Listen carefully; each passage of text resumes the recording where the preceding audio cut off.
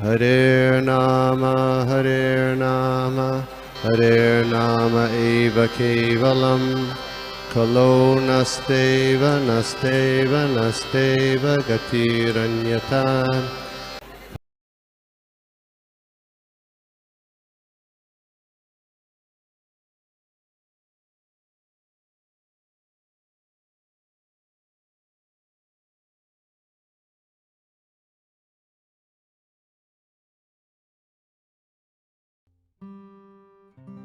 ईश्वरी आदेश्वरी सुरेश्वरी श्रीवेद भारतीश्वरी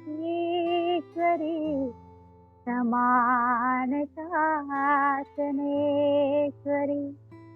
रमेश्वरी महेश्वरी प्रमोदकानेश्वरी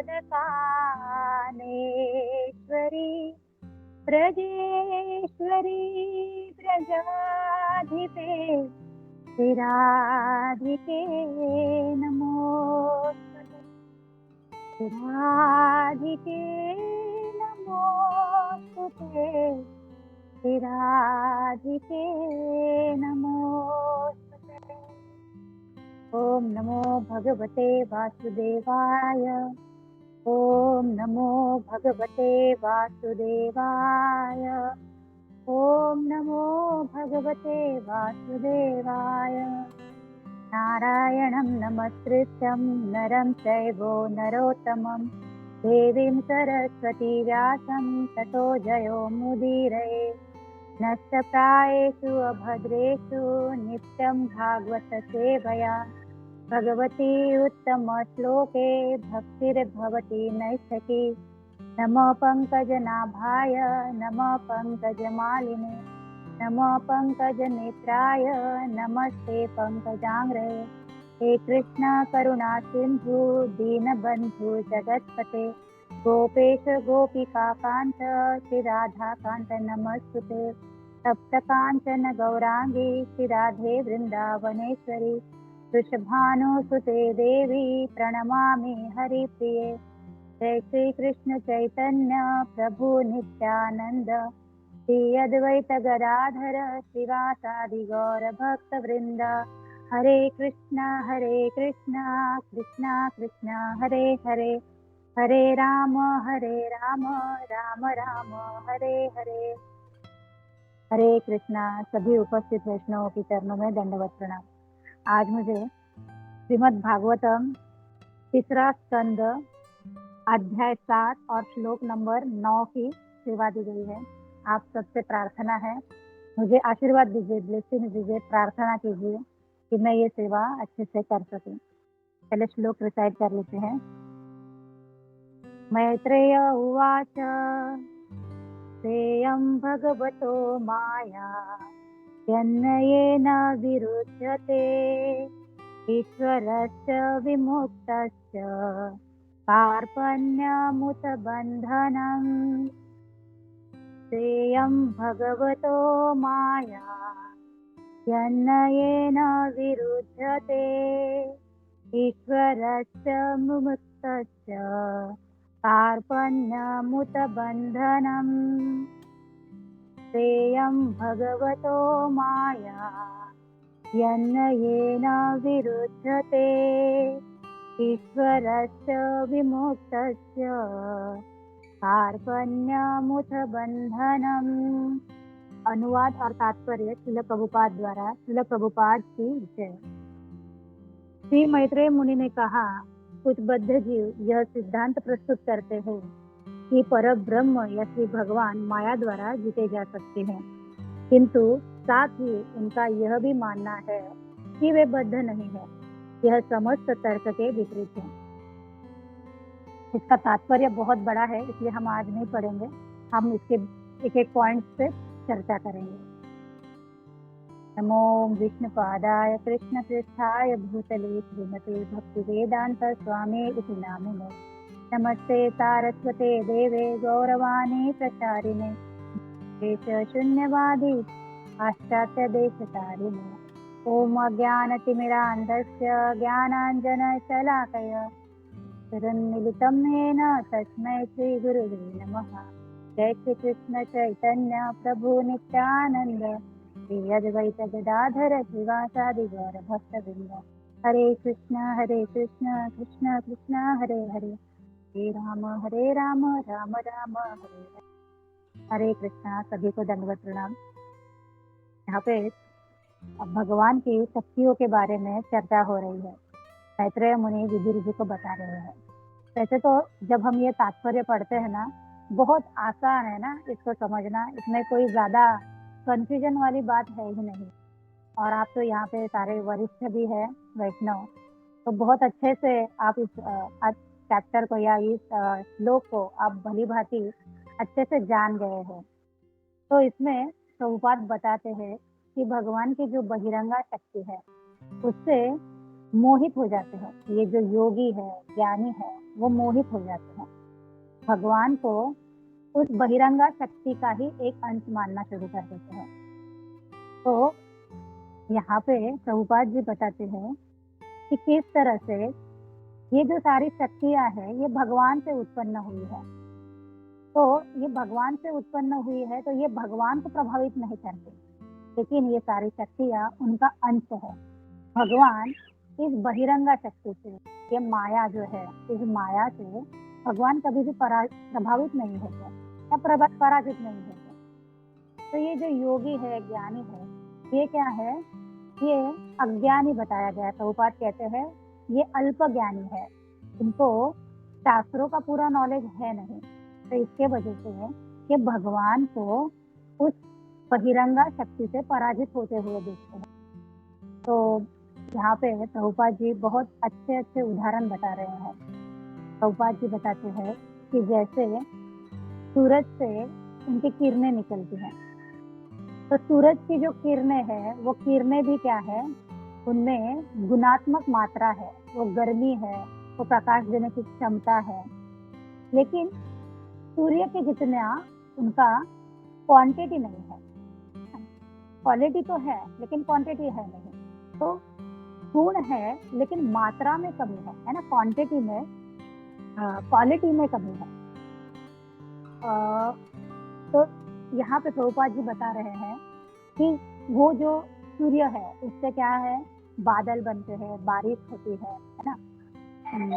तो ये सारे प्रकार इस सूरज की गर्माहट से, इस तरह से ये सारा बादल बनना, फिर वर्षा होना, हिमपात होना, ये सारी प्रक्रिया होती है। लेकिन सूरज कभी भी, एक मिनट जरा,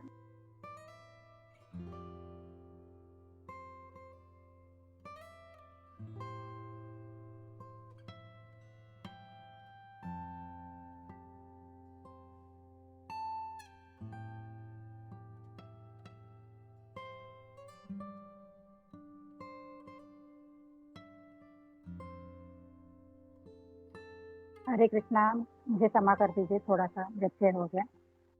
तो सूरज जो है वो कभी भी बादलों से, बारिश से कभी भी प्रभावित नहीं होता है, क्योंकि जो भी वर्षा आएगी, बादल आएंगे, तो वो सूरज को कोई क्षति नहीं पहुंचाते हैं। सूरज अपने स्थान पे है।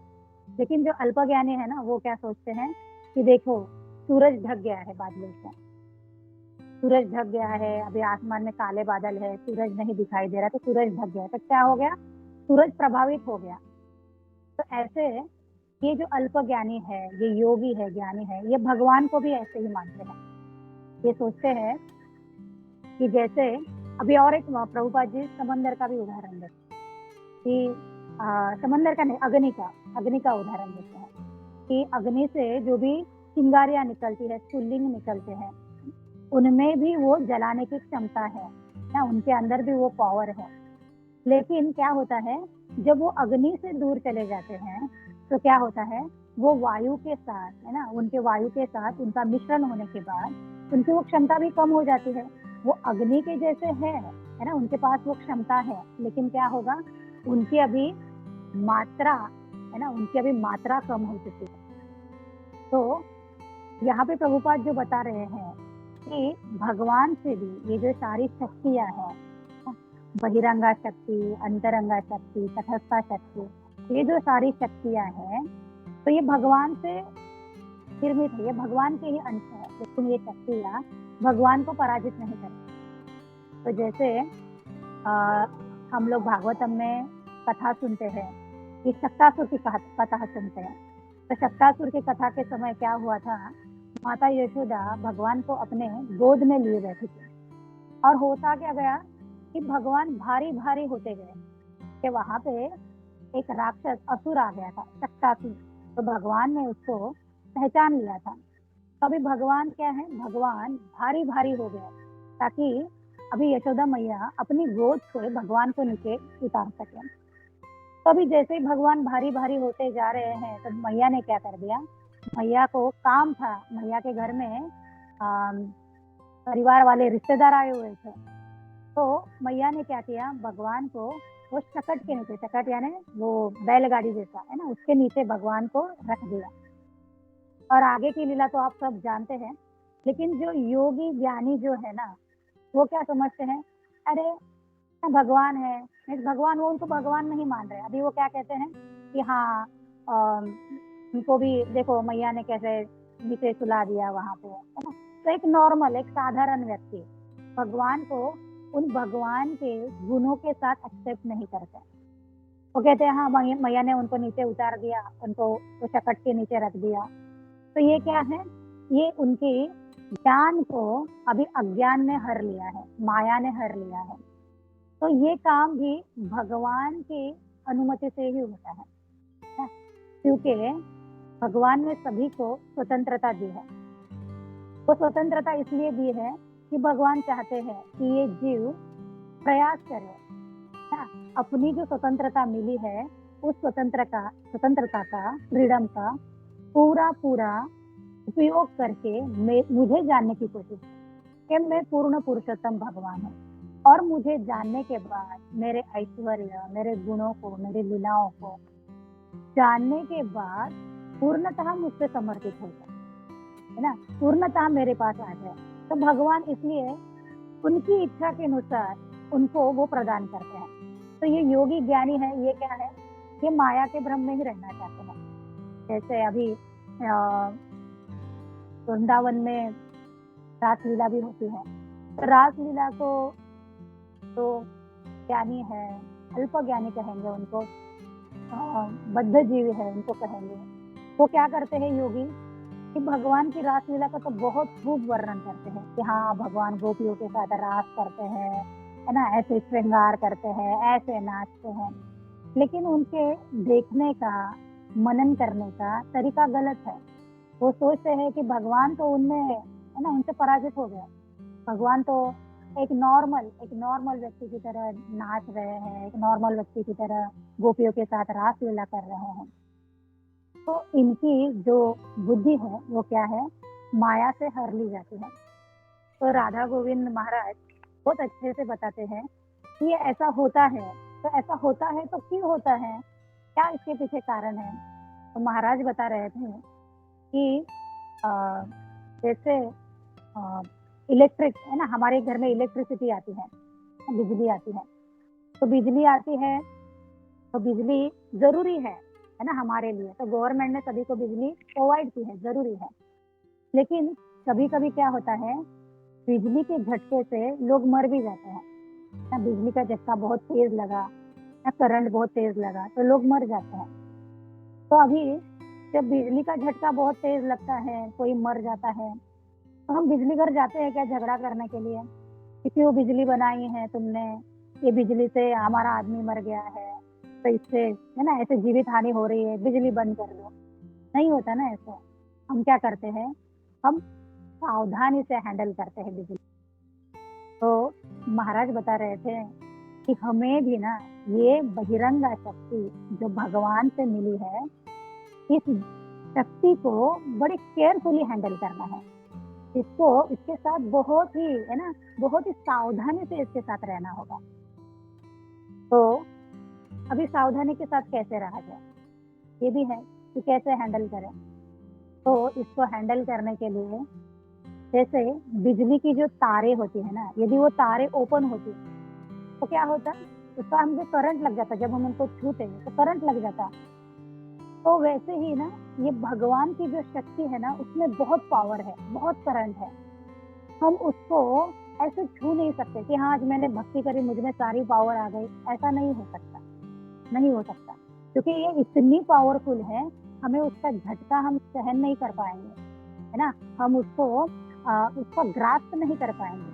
तो उसके ऊपर क्या होता है, इन तारों के ऊपर ना प्लास्टिक कोटिंग रहता है ना, वायर बनती है ना, तो प्लास्टिक कोटिंग रहता है ताकि हम उसको आसानी से छू सके, आसानी से उसको हैंडल कर सके। तो हमारे जो गुरु है ना, वो गुरु वो काम करते हैं कि ये जो झटका है भगवान का, उनको पता है कि ये बद्ध जीव इतने लाखों योनियों से भटकता हुआ आया है और ये भगवान के इस शुद्ध नाम को ये ग्रहण नहीं कर पाएगा, इस शुद्धता को। तो हमारे गुरु क्या करते हैं कि भगवान के उस दिव्यता को हमारे पास पहुंचाने के लिए, है ना, उस कोटिंग का काम करते हैं। तो उनके संपर्क से हम भगवान की वो दिव्यता को हम यूज कर सकते हैं, हम उस भगवान की दिव्यता का अनुभव करते हैं। तो गुरु की सेवा से ही और गुरु के संग से ही हम भगवान की बहिरंगा शक्ति, माया शक्ति से हम प्रभावित नहीं हो सकते। तो इसके बहुत सुंदर सुंदर उदाहरण हमने भागवतम में देखे हैं। तो श्रीमान रामानुजाचार्य, उनके एक शिष्य थे रामदास। ये रामदास जो थे,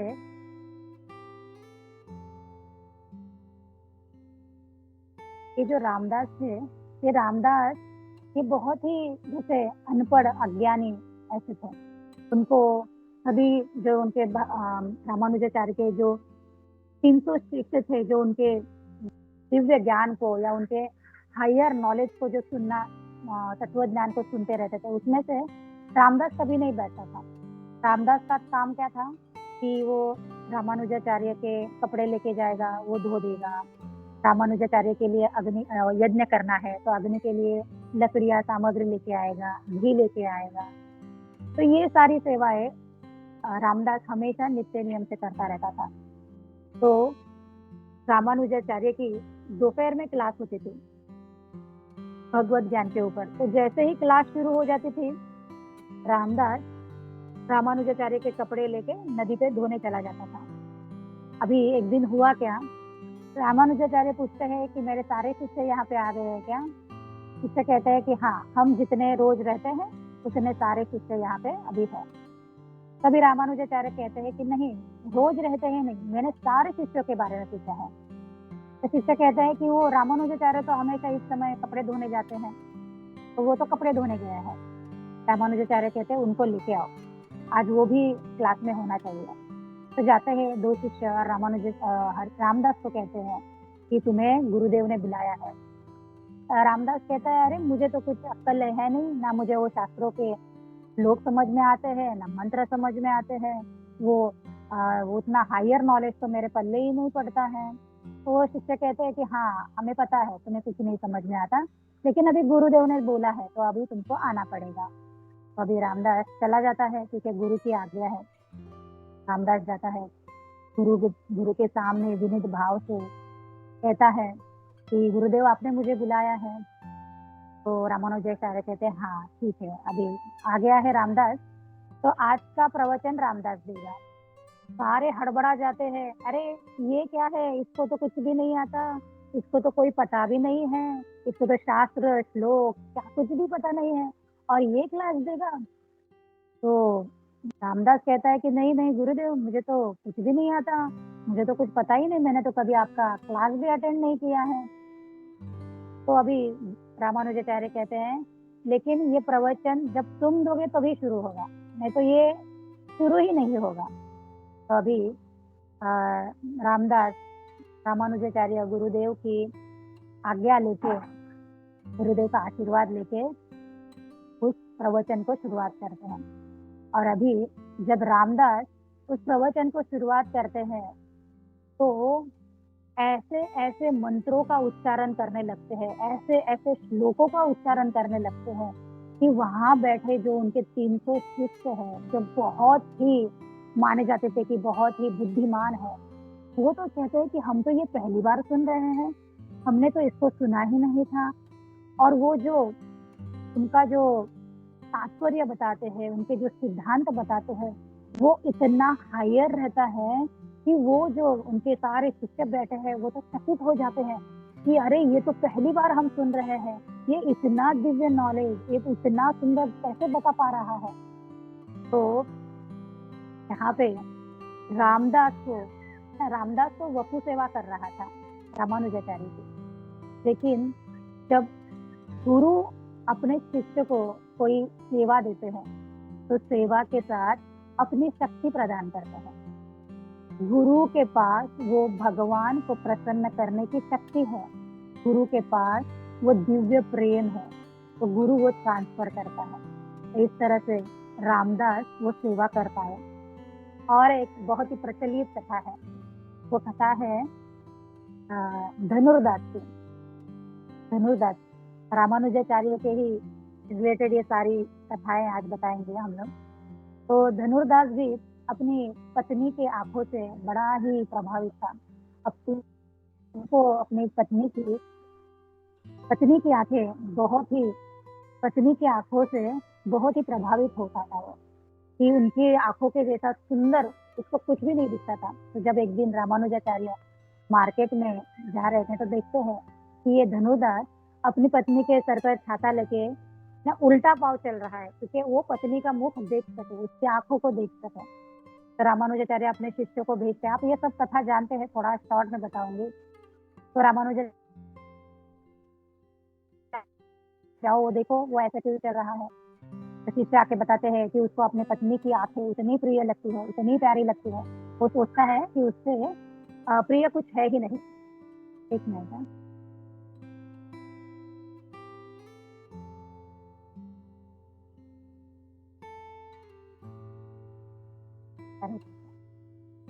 तो अभी रामानुजाचार्य फिर उसको कहते हैं कि उसको कहो धनुर्दास को कि उसके पत्नी से भी सुंदर यदि कुछ है, यदि वो उसको दिखाया जाए, है ना, तो मेरे पास लेके आना। तो अभी शिष्य जाते हैं और धनुर्दास को कहते हैं कि हमारे जो गुरुदेव है उन्होंने कहा है कि तुम्हारी पत्नी से सुंदर भी किसी की आंखें हैं, तो देखना चाहोगे? धनुर्दास कहता है कि हाँ जरूर, यदि मेरी पत्नी से भी कुछ ज्यादा सुंदर होगा ना तो मैं उसका दास बन जाऊंगा। तो जो शिष्य है वो कहते हैं कि ठीक है, कल तुम ब्रह्म मुहूर्त में आ जाओ, है ना, 3:30-4 बजे हमारे आश्रम में आ जाओ। अभी धनुर्दास को रात भर नींद नहीं आती कि क्या इतना कोई सुंदर हो सकता है, क्या ऐसा कुछ हो सकता है। तो सुबह रात भर नींद ही नहीं आई तो जल्दी उठ जाता है और रामानुजाचार्य के आश्रम में चला जाता है। रामानुजाचार्य को बालाजी के दर्शन कराने लेके जाते हैं और बालाजी के दर्शन करने के लिए जब वो गर्भगृहों में जाते हैं तो उस समय क्या होता था, दिए से भगवान को आरती करते करते भगवान का, उस दिए के प्रकाश में भगवान का दर्शन हुआ करता था। तो रामानुजाचार्य अभी क्या करते हैं, धनुर्दास को गर्भगृह में लेके जाते हैं, धनुर्दास के हाथ को पकड़ते हैं और पकड़ते हुए भगवान के श्रीमुख के सामने उस दिए को घुमाते हैं। और जैसे ही धनुर्दास भगवान की आंखें देखता है, वो आंखें देखते ही वो इतना मंत्र मुग्ध हो जाता है कि भगवान की आंखों से तो कोई सुंदर वस्तु उसने कभी देखी नहीं, कि जगत में भगवान की आंखों से खूबसूरत कोई और हो ही नहीं सकता। और वो रामानुजाचार्य को कहता है कि मैंने जैसे कहा था कि मुझे मेरी पत्नी से कोई सुंदर दिख गया तो मैं उसका दास बन जाऊंगा, तो मैं आज से मैं आपका दास बन जाता हूँ। और धनुर्दास रामानुजाचार्य के शिष्य बन के बालाजी की बहुत सेवा करते हैं। तो प्रवचनकार कह रहे थे कि जब हम अभी बालाजी के दर्शन करने जाते हैं तो बालाजी के दर्शन करने के बाद हम जब भगवान की आंखें देखते हैं तो हमारे साथ ऐसा नहीं होता, हमारे अंदर इतना परिवर्तन नहीं आता, हम इतना प्रभावित नहीं होते कि हम पूरा छोड़ देते हैं, हम पूरे वैराग्य में आते हैं। तो हमारे साथ ऐसा नहीं होता। तो क्यों नहीं होता? तो प्रवचनकार बता रहे थे ये हमारे साथ क्यों नहीं होता, क्योंकि धनुर्दास के हाथ को रामानुजाचार्य ने पकड़ा था, है ना।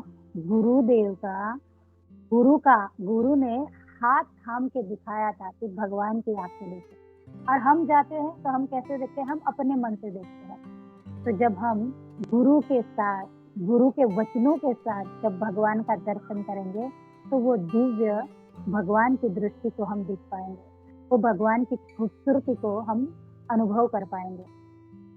ऐसे ही भगवान के रामानुजाचार्य के और एक शिष्य थे, अनंताचार्य। तो जब बालाजी की सेवा होती थी तो बालाजी का मंदिर थोड़ा ऊपर है ना, पहाड़ी पे है, तो रोज वहां से फूल लेके जाना, फूलों की सेवा करना, फिर वहां पे जाके ना अन्य कोई सेवाएं हैं तो नीचे से सारा लेके जाना पड़ता था पहाड़ी के ऊपर।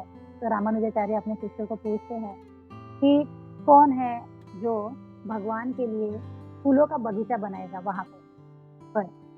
तो अनंताचार्य हाथ ऊपर करते हैं, कहते हैं कि मुझे ये सेवा करनी है गुरुदेव, आप मुझे ये सेवा बताइए। तो अभी अनंताचार्य वो सेवा करते हैं और अभी नीचे से, है ना, नीचे से सब कुछ लेके जाना है, पानी लेके जाना है, फूलों के पौधे लेके जाने हैं, बीज लेके जाने हैं, तो सारा कुछ वो कर रहे हैं। तो इतना सब करके जब कर रहे हैं तो भगवान को बड़ी दया आती है और अनंताचार्य की पत्नी जो गर्भवती है वो भी उनके साथ इस सेवा में शामिल है। अब दोनों मिलके कर रहे हैं, तो अभी सेवा करते हैं तो भगवान को बड़ी दया आती है, भगवान को बड़ा प्यार आता है। तो भगवान अनंताचार्य के पास जाते हैं एक बालक का रूप लेके जाते हैं और अनंताचार्य को कहते हैं कि आप इतनी मेहनत कर रहे हैं ये बगीचा बनवाने के लिए, नीचे से पानी लेके आ रहे हैं, आपकी पत्नी पानी का पूरा सिंचन कर रही है, तो लाइए मैं थोड़ी सी आपकी सेवा कर दूं। तो अनंताचार्य कहते हैं कि नहीं, ये मेरे गुरु की आज्ञा है, ये गुरु ने ये सेवा सिर्फ मेरे लिए दी है ना, तुम्हें थोड़ी ना बोला है।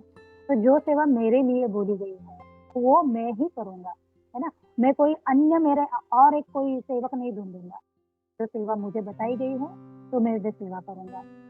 तो अभी वो बालक है थोड़ा सा हट भी करता है कि नहीं मैं आपको थोड़ी सी मदद कर देता हूँ। अनंताचार्य कहते हैं नहीं नहीं, तुम कोई मदद नहीं।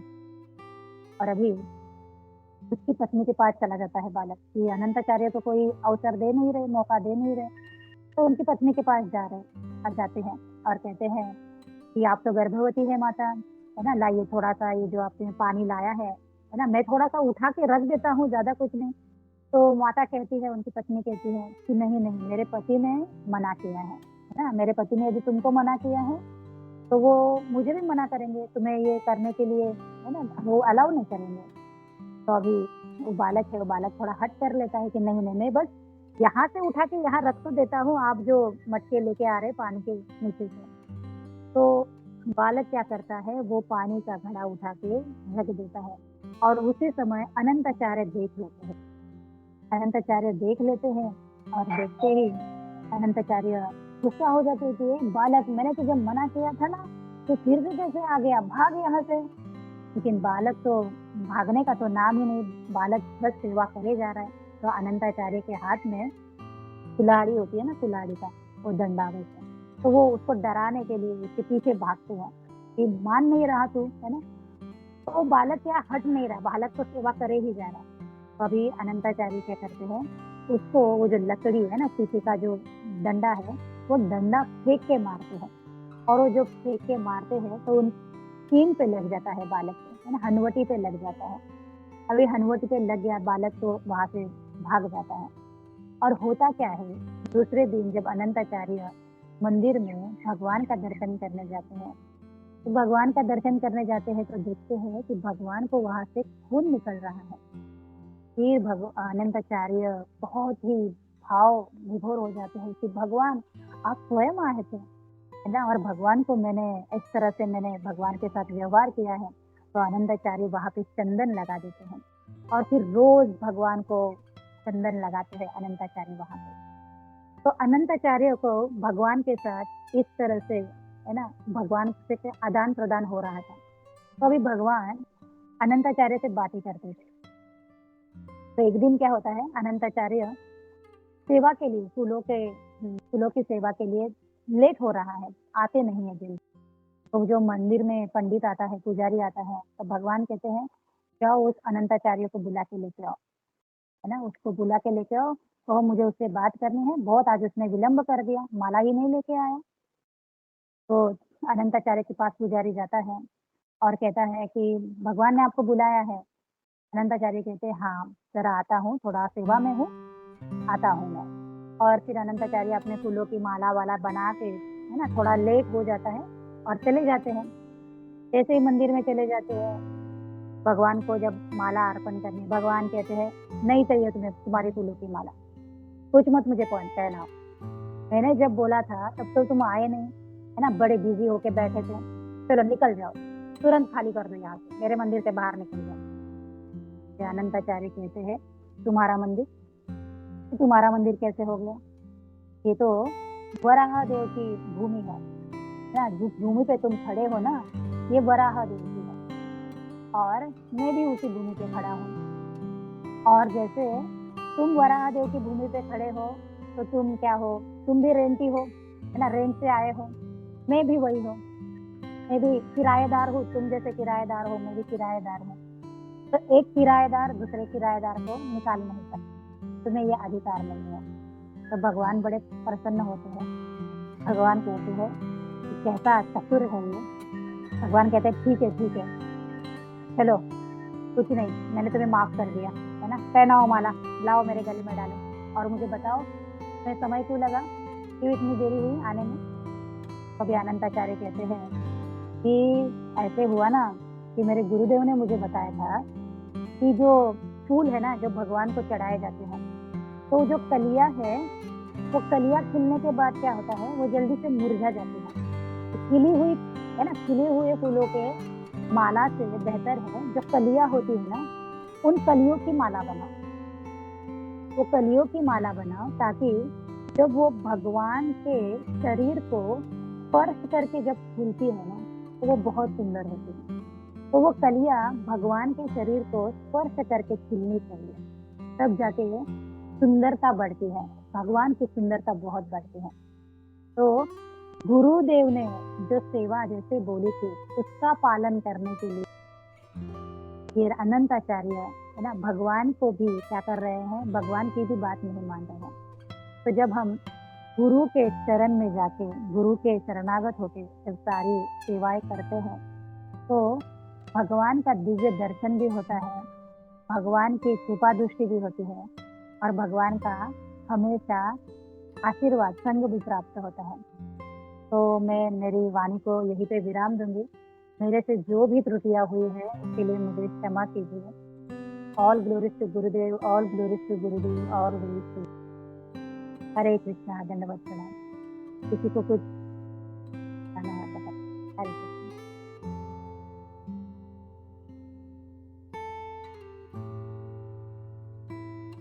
हरे कृष्णा माता जी, दंडवत प्रणाम, सभी को दंडवत प्रणाम।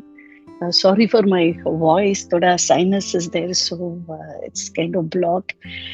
But Mataji, as always, excellent class, Mataji.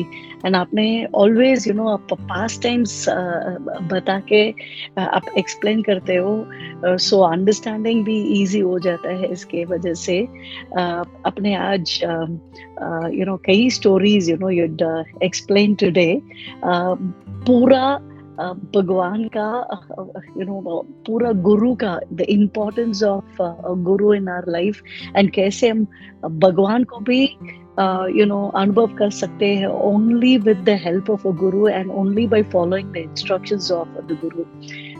अपने वो इलेक्ट्रिसिटी का एग्जाम्पल भी बहुत अच्छा था माता जी। हाउ, यू नो, वो प्लास्टिक कवरिंग या कोटिंग या इंसुलेशन चाहिए, एंड वो एनालॉजी से आपने बताया कि that is equivalent to the guru, and you know, हमें गुरु का आज्ञा पालन करना चाहिए।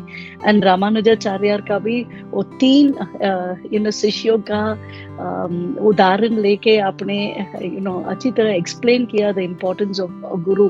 हम एंड ऑल्सो अब हम गुरु का इंस्ट्रक्शंस फॉलो करते हैं, सो हमें वो गुरु का शक्ति भी मिलता है वो काम करने के लिए।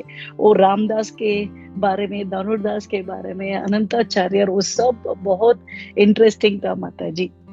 मुझे just when I was reading the verse, it's clearly established, जैसे आपने बताया, repeatedly in so many places, that Bhagwan can never come under the influence of Maya, because वो ये सब शक्ति भगवान से आ रहे हैं। जैसे आपने वो सन का भी एग्जाम्पल, सन एंड क्लाउड का एग्जाम्पल भी दिए थे। इट इज नॉट, और rain, it is not possible for a part, because ये सब भगवान का पार्ट है टू कवर द होल। भगवान को कवर करने का उनमें शक्ति नहीं है। एंड बहुत सारा रेफरेंसेस है स्क्रिप्चर्स में भी, वेदर इट इज भागवतम या भगवद गीता। मैंने when I was just doing some research, मुझे few points मिला, I'll just share that माता जी। चैतन्य चरितामृत आदि लीला 7.115 पर्पट में भक्ति सिद्धांत सरस्वती गोस्वामी महाराज वो कह रहे हैं कि भगवान का मेनी पर्सनल फीचर्स है, वो सब विष्णु तत्व है। एंड जो मटेरियल एनर्जी है वो भी that creates the cosmic manifestation, वो भी भगवान का एक एनर्जी है। पर माया is controlled by the supreme personality of Godhead, and he is not covered by Maya.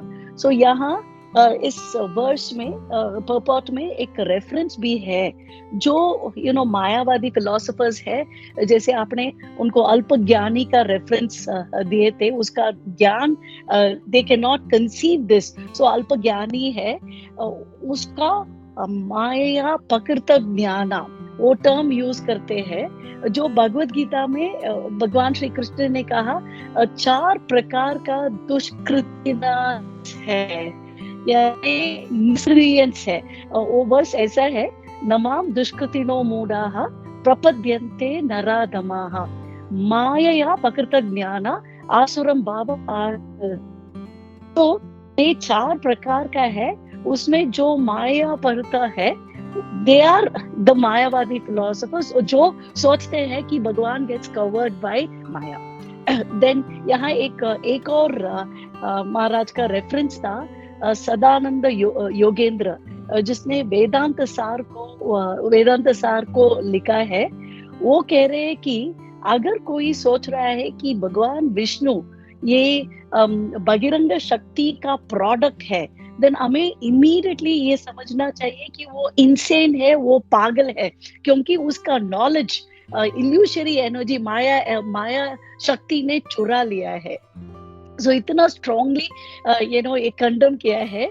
And एक और पॉइंट, जैसे व्यासदेव भक्ति योगा मेडिटेशन से वो दोनों कृष्ण एंड माया को he was able to see. वहाँ the term that is used is Maya अपाश्रयम, यानी बैकग्राउंड।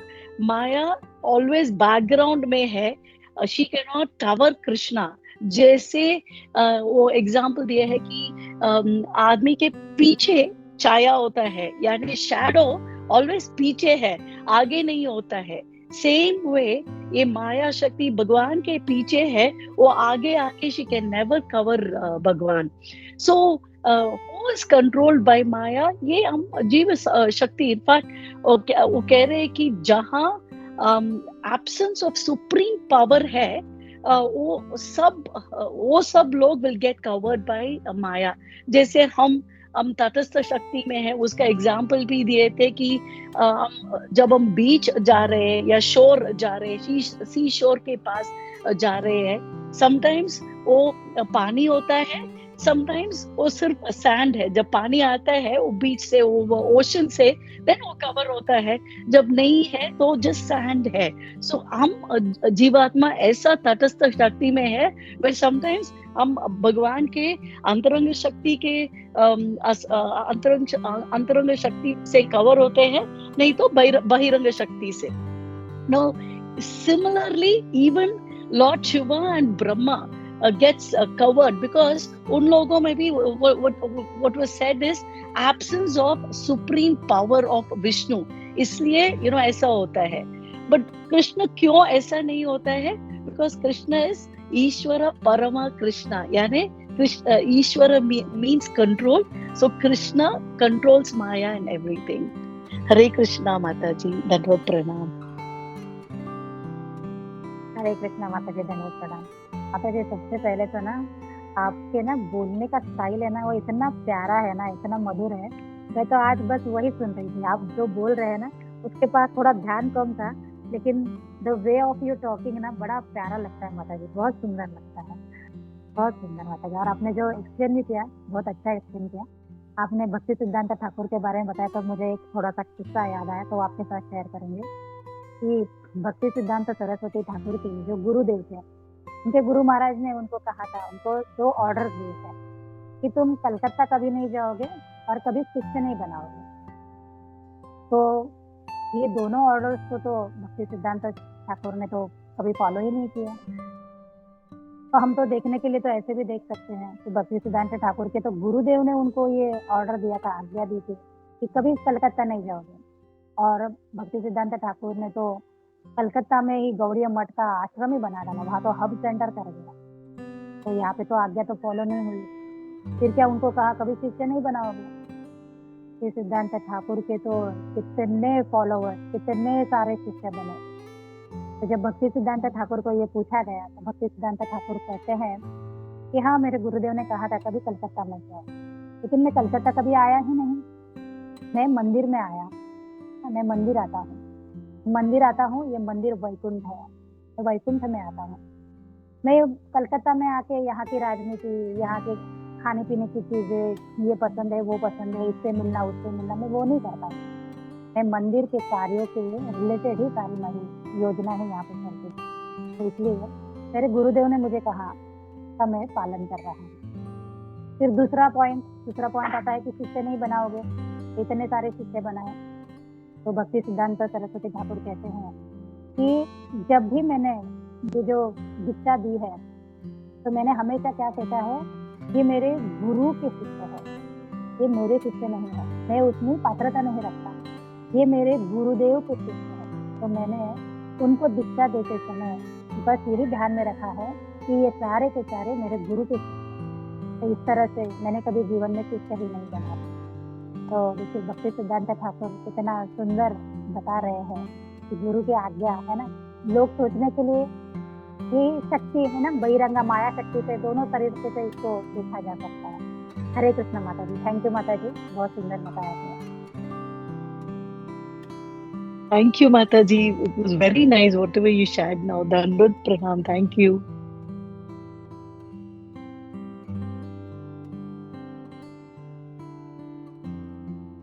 हरे कृष्णा माता जी, दंडवत प्रणाम। यस सनातन प्रभु, हरे कृष्णा प्रभु। हरे कृष्णा प्रभु जी। प्रभु जी आप बोलिए ना प्रभु जी, मैं बाद में बोलता हूँ। हरे कृष्ण। हरे कृष्णा माता जी, thank you so much. First of all माता जी, आपने बहुत सुंदर से ये जो कथा के माध्यम से बहुत सारे जो प्रभुपाद जी के आज के तात्पर्य में पॉइंट्स कवर किए, एंड वही जी माता जी ने भी बहुत सारे पॉइंट्स कवर किए माता जी। I just share one point, जो जैसे कि प्रभुपाद जी ने अपने तात्पर्य में बहुत सारे एनालॉजी देकर मतलब समझा रहे कि किस तरह से भगवान और भगवान की जो शक्ति है वो कैसे मतलब काम करती है। उसमें मतलब बहुत सारे एनालॉजी का, और अराउंड लाइक 5 से 6 एनालॉजी दिया हुआ है। उसमें एक एनालॉजी प्रभुपाद जी ये बताते हैं कि जैसे अग्नि है, और जब अग्नि से जब वो उसकी चिंगारी जब बाहर आती है, तो वो चिंगारी मतलब ज्यादा समय तक रुकती नहीं है, मतलब वो कभी भी बुझने का उसका चांसेस होता है। तो उसी तरह से मतलब प्रभुपाद जी अपने तात्पर्य में वो पॉइंट्स बताते हैं कि दैट इज कॉल्ड मिसफॉर्च्यून और मिजरीज। तो उसी तरह से जब जीव है वो जब भगवान के संग में रहते हैं तो वो हमेशा शाश्वत रहता है, मतलब वो हमेशा मतलब जैसे वो सच्चित आनंद, वो हमेशा सच्चित आनंद के स्वरूप में रहते हैं। बट जैसे ही वो भगवान से बहिरंगा, मतलब भगवान से बहिर्मुख हो जाते हैं, तो then they will face the problems. जैसे कि हम हमेशा मतलब प्रभुपाद जी बताते हैं कि ये जो भवसागर है ये दुखालय में, मतलब हम जीव हमेशा यहाँ पे दुख ही प्राप्त होता है। तो उसी तरह से प्रभुपाद जी वो एक बहुत अच्छा एनालॉजी मुझे बहुत अच्छा लगा, मतलब क्योंकि मतलब प्रभुपाद जी ये बताना चाह रहे हैं कि जब हम भगवान से जुड़ते हैं, जुड़े रहेंगे, तब हम हमेशा मतलब वो शाश्वत और वो आनंद प्राप्त कर पाएंगे। जैसे हम भगवान से वो जैसा वो चिंगारी जैसा वो आग से जैसी बाहर निकलती है तो वो बुझने का चांसेस कभी भी होता है। तो उसी तरह से जब जीव जो है वो भगवान से दूर होती है तो वो फिर हमेशा प्रॉब्लम ही वो फेस करते हैं। तो वो एक एनोलॉजी मुझे बहुत अच्छा लगा माता जी, जिसमें प्रभुपाद जी अपने तात्पर्य बताते हैं। हरे कृष्णा माता जी, thank you so much. Hare Krishna प्रभु जी, धन्यवाद प्रणाम प्रभु जी। बहुत अच्छा सुंदर बताया प्रभु जी। हम प्रभुपाद हमेशा बताते थे अपने शिष्यों को कि ये जो एस्कॉन है ना, ये एक नाव है, एक बोट है। ये बोट है ना, भले ही इसमें आपको कहीं पे मंदिर में आपकी किसी के साथ अनबन हो जाए सेवाओं के लेके, है ना, आपको कुछ अच्छा ना लगे, किसी का स्वभाव अच्छा ना लगे, किसी आपके वरिष्ठों से, कभी आपके जो वैष्णव है उनसे आपकी बात ना बने, तो है ना, इतना नाराज होके इस्कॉन को मत छोड़ो, ये नाव को मत छोड़ो। नाव से उतरोगे तो क्या होगा, ये जो भवसागर है उस समंदर में डूब के मर ही जाओगे।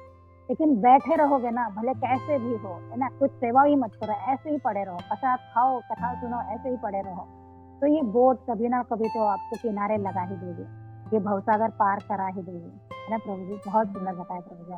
हरे कृष्णा, धन्यवाद प्रणाम। हाँ सनातन निताई प्रभु जी, हरे कृष्णा। हरे कृष्णा माता जी, दंडवत प्रणाम। माता जी, आपका जो क्लास है उसमें इतने इतने स्टोरीज इतना अच्छे तरीके से और स्टोरीज बताते हो माता जी कि वो बहुत बढ़िया लगता है। एक्चुअली इतना बड़ा पर्पट था, आपने काफी हद तक उसको अच्छी तरह से कवर किया। एंड उसके अलावा आपने इतने स्टोरीज अच्छे अच्छे बताए गुरु की, मतलब ये बताने के लिए कि कितना इम्पोर्टेंस है अपने लाइफ में गुरु का, और गुरु अगर अपने साथ है तो फिर वो दिव्य ज्ञान और उदय प्रकाशिता का वो एक एग्जाम्पल आपने जो इतना बढ़िया बताया है रामदास प्रभु जी का, कि उन्होंने सिर्फ वो रामानुजाचार्य की सेवा करके हुए भी उनको फिर इतना मंत्र वगैरह के सब उच्चारण उनको आ गए, क्योंकि उनका गुरु का उनके ऊपर ये था, वरदस्त था। माता जी, मेरे को इस पर्टिकुलर चीज का एक पर्पट को बहुत एक इम्पोर्टेंट पॉइंट अच्छी तरह से याद आ गया। मतलब प्रभुपाद जी यहाँ पे कह रहे हैं कि जो एनर्जी है भगवान की, वो भगवान से अलग नहीं है, क्योंकि वो एनर्जी क्रिएटर भगवान है, एनर्जी बनाने वाले भी भगवान है। तो वो एनर्जी जो है वो भगवान से अलग नहीं है, यहाँ पे प्रभुपाद जी कह रहे हैं। तो एक चीज हम लोग मतलब अपने लाइफ में भी अच्छी तरह से हम लोग उसको मतलब ये देख सकते हैं कि ये जो बहिरंगा शक्ति जो है वो भगवान की आज्ञा में है। मतलब भगवान जो उनको कह रहे हैं वो उसको एब्सोल्युटली वैसे के वैसे फॉलो करती है। लेकिन हम जो जीव जो है उसका प्रॉब्लम यह है कि हम लोग को वो जो इंडिपेंडेंस दिया है हल्का सा, उस इंडिपेंडेंस का हम लोग इतना बोलते हैं ना गलत इस्तेमाल करते हैं कि हम लोग तुरंत भगवान से विमुख हो जाते हैं। और वो जो बहिरंगा शक्ति है भगवान को कंप्लीटली फॉलो करती है जैसे कि वैसे। उसके लिए जो जीव भगवान से दूर है, मतलब अपना इंडिपेंडेंस का गलत इस्तेमाल करते हैं, उसके ऊपर मटेरियल एनर्जी का इम्पैक्ट होता है। लेकिन जो शुद्ध भक्त है, मतलब हमारी जो गुरु परंपरा है, नारद मुनि है, प्रहलाद महाराज है, ये जो है जिन्होंने माया को अपने पास आने ही नहीं दिया, क्योंकि उन लोग ने कंप्लीटली वो भगवान को सरेंडर हो गए थे। उन्होंने अपने इंडिपेंडेंस का उपयोग सिर्फ भगवान की शरण में जाने के लिए किया, भगवान की भक्ति करने में किया। तो ऐसे लोगों पे माया का कोई असर नहीं होता है। तो ये मतलब जस्ट पॉइंट यहाँ पे मतलब एक मन में फटक से ख्याल आ गया कि ये कितना बढ़िया है कि हम लोग अगर माया से बचना चाहते हैं तो हम लोग को भगवान की शरण में जाना चाहिए। अदरवाइज फिर हम लोग यही इसी चक्कर में घूमते रहेंगे जिंदगी भर। थैंक यू माता जी, thank you very much. Hare Krishna, धन्यवाद। ऑल ग्लोरीज टू गुरुदेव, जय गुरुदेव। वो जी बहुत अच्छे से आपने बताया। आप बता रहे थे तो एक पॉइंट मेरे माइंड में आया, शेयर करती हूँ आपके साथ। जैसे एक मछुआरा था, वो मछुआरा जब भी मछलियाँ पकड़ने जाता था तो बहुत सारी मछलियाँ उसमें लेके आता था, लेकिन एक मछली ऐसी थी ना, वो कभी उसके जाल में फंसती ही नहीं थी। तो मछलियाँ पूछती है उनको कि अरे अपने सारे सभी, है ना, सभी जनरेशन चले गए लेकिन तुम तो अभी भी बैठी हो, है ना, तुम उसके जाल में नहीं आती, तो इसका क्या रहस्य है। तो वो मछली बताती है कि जब भी वो मछुआरा आके जाल डालता है ना, तो मैं क्या करती हूँ, मैं उसके पैरों के नीचे जाके बैठ जाती हूँ, उसके पैरों के पास ही खड़ी रहती हूँ। तो होता क्या है, वो जाल तो ऐसे सामने डालता है ना, अपने पैरों के नीचे नहीं डालता, तो इसलिए क्या होता है, मेरी हमेशा रक्षा होती है, मैं बच जाती हूँ। तो आचार्य कहते हैं कि हम भी जब भगवान के चरण में पड़े रहेंगे ना, तो हमारी जरूर रक्षा होगी। अदरवाइज ये माया है ना, ये माया हमारे ऊपर जाल डालेगी और हम उसके जाल में फंस जाएंगे। तो भगवान के चरणों को पकड़े रहो। हरे कृष्णा, दंडवत प्रणाम प्रभु जी। हरे कृष्णा माता जी, बहुत बढ़िया, थैंक यू माता जी।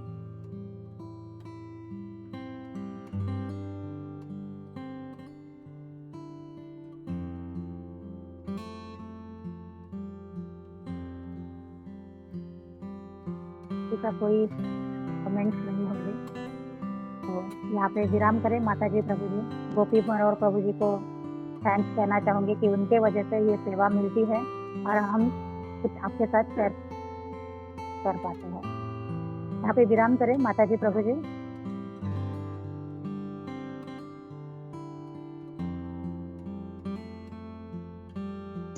हरे कृष्ण माता जी।